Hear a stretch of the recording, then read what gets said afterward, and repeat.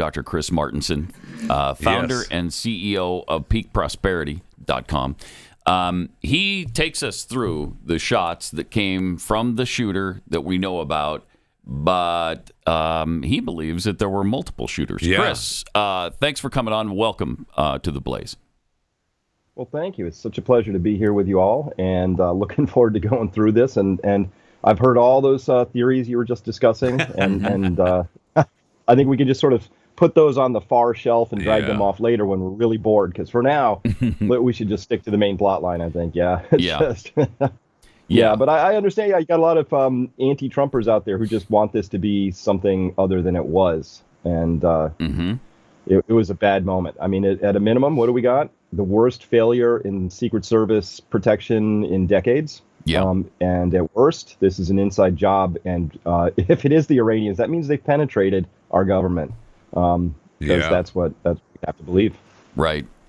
Okay, so you've done a lot of research into this and kind of look at the ballistics of the bullets that came. Walk us through what you think happened here.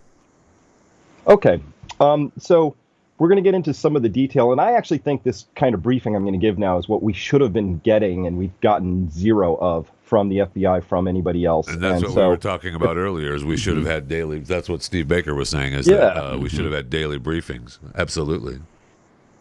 Yeah, and so it was just, for instance, when we saw Ray, he was like, I don't know, did the rifle have a scope? I'm unclear. Like, he's the FBI. He should have said that was a DPMS model XXXX. Here's serial number, rattling it off with a red dot, tuned this way. It's been fired approximately 8,000 times in its life, and it was bought by his father. I mean, we should have known this, right? Just basic stuff. So, all right. Well, let me start here then.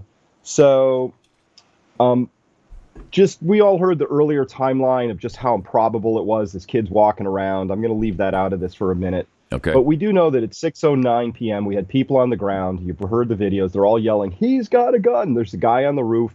People can spot it easily because he's on a low roof, and that building's in a slight 3-4 foot depression. So people who are on, I hate to say this, a grassy knoll, can actually see him, right? So he's quite visible, and they're pointing and yelling. And then somewhere between 6:09 and 6:11:33, which is when the first shot rang out, police are kind of walking around. We hear maybe a Muni cop pulled himself up, but the rifle was pointed, he dropped. It's all murky. We don't know what's happening in this time or why all these police around that building can't seem to find him when literally I have probably 8 different witnesses all pointing and saying the same thing. So it's a little weird. Yeah, it's a lot weird.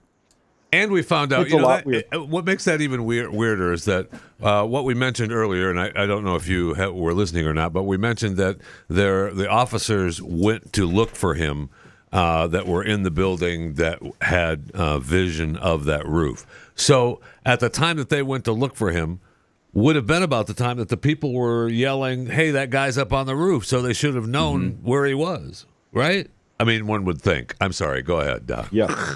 Well, and that's a very interesting point, because we know that 2 pictures were snapped of what appears to be this Crooks character sitting on a little concrete wall, and it's taken out from above. It's a picture from above. And we know those were taken by one of those ESU, Emergency Services Unit guys, right, out of a window. Right. 2 separate pictures. We don't know if they were shot 1, 2, but they have some time, because in one, that's him there. In the other one, he's sort of just sitting there scrolling through his phone. So they're kind of separate times. Right. Now, we know one of those was taken at 5:14.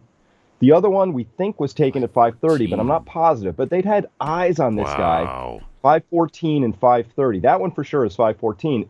Then we're supposed to believe somewhere around 6:09, right at the time that everybody's going, he's got a gun, these 2 guys decide to abandon post and go on walkabout looking for this guy. They don't radio it down and say, "Hey, can you guys be looking out for a guy in a gray Demolition Ranch t-shirt and shorts," or whatever. They apparently, we're supposed to believe they abandoned their post. And so what's interesting is the state police of Pennsylvania and that emergency services unit spokesperson, which is the Butler County DA, they just yesterday started pointing fingers at each other and telling different stories. So this is kind of when the stories start to break is when the story starts to break. So I'm kind of intrigued by that. We'll see how that develops.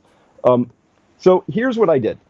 with a team of people. We just dove in. I haven't slept a lot in this last week. This is full contact sport because my job is to get the facts out before they can come up with other facts, and then you have to fight their facts with truth. You get the truth out first, then whoever's making this narrative up, they're on their back heels. They have to respond. So I have 5 audio sources. Trump's mic is the best one. It's the best one you could hope for in a situation like this because it's fixed and it's a high quality recording. So that's awesome. That's source 1.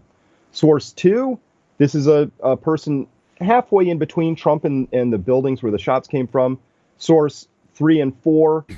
3 is way out past Trump. 4 and 5 are really critical because they are right next to the side of the building. So we have audio from different locations. It looks like this on a map.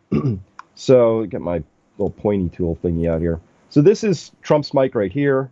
2 is awesome because if the shots are coming from either windows or the roof or whatever, let's just say they're coming from here. This is halfway in between, so we get a nice clean recording. This one's a little further out. So we hear things like the sniper who was here, who took the final last shot in the sequence. And then 4 and 5, though, this is where all the action is, because if somebody was shooting, just hypothesis, is shooting out of a window, they're back in a little bit. This one, these are going to record that sound pretty well, but to the side, it's going to sound different completely. So that's what we're going with. And so when I string them all out, these are all the shots. And a lot of people misanalyzed what happened at Trump's mic because it missed a couple of the shots because it has a feature in the microphone or the downstream recording that when it hears too loud of a sound, it shuts the mic down for just a tiny bit. And it turned out because of that, it missed 2 of the booms. You don't hear them. And a lot of people started misanalyzing all the stuff. So this is settled. And so this is what the shots look like. We had 1, 2, 3. Then we have 4, 5, 6, 7, 8. And then we have this 9th, which I believe is the local sniper, the ESU sniper person who finally shot him out of the window on the building behind him is the only possible spot that shot could come from. And then we have number 10, which is another 10 seconds out. It's way to the right. That is the official sniper. That's when they took their so-called 1 in a million shot.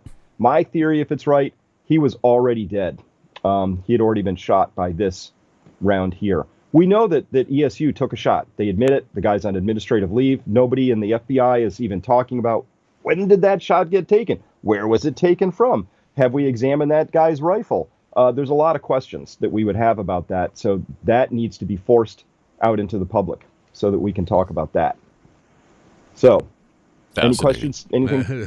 Yeah, fascinating. Okay, so the first 3 shots are obviously from the shooter, right, from Thomas Crooks. The next 4, 5, 6, 7, 8, those are from law enforcement, or those are also from him or some other shooter? Well, the official story is that all 8 came from Crooks because they found 8 spent brass casings around him. Have we actually seen a photo of that? Do we have proof of that? No, because the only thing we have is they showed us ABC News trying its best to not record history accurately. Yeah. Showed us this 2-minute montage of the 2 guys busting through the fence with the security tape, and they run up and they scramble up the ladder, and they're the first guys. But the next jump cut, there's 8 people on the roof, all walking around the crime scene, scattering evidence, doing what they're going to do. So what we don't have is we don't have a recording of the first guy on the roof. We're missing that. The second thing we don't understand is there was a 12-minute lag, according to Senator Johnson, in what he determined, a 12-minute lag between the last shot and when the first person allegedly went on the roof.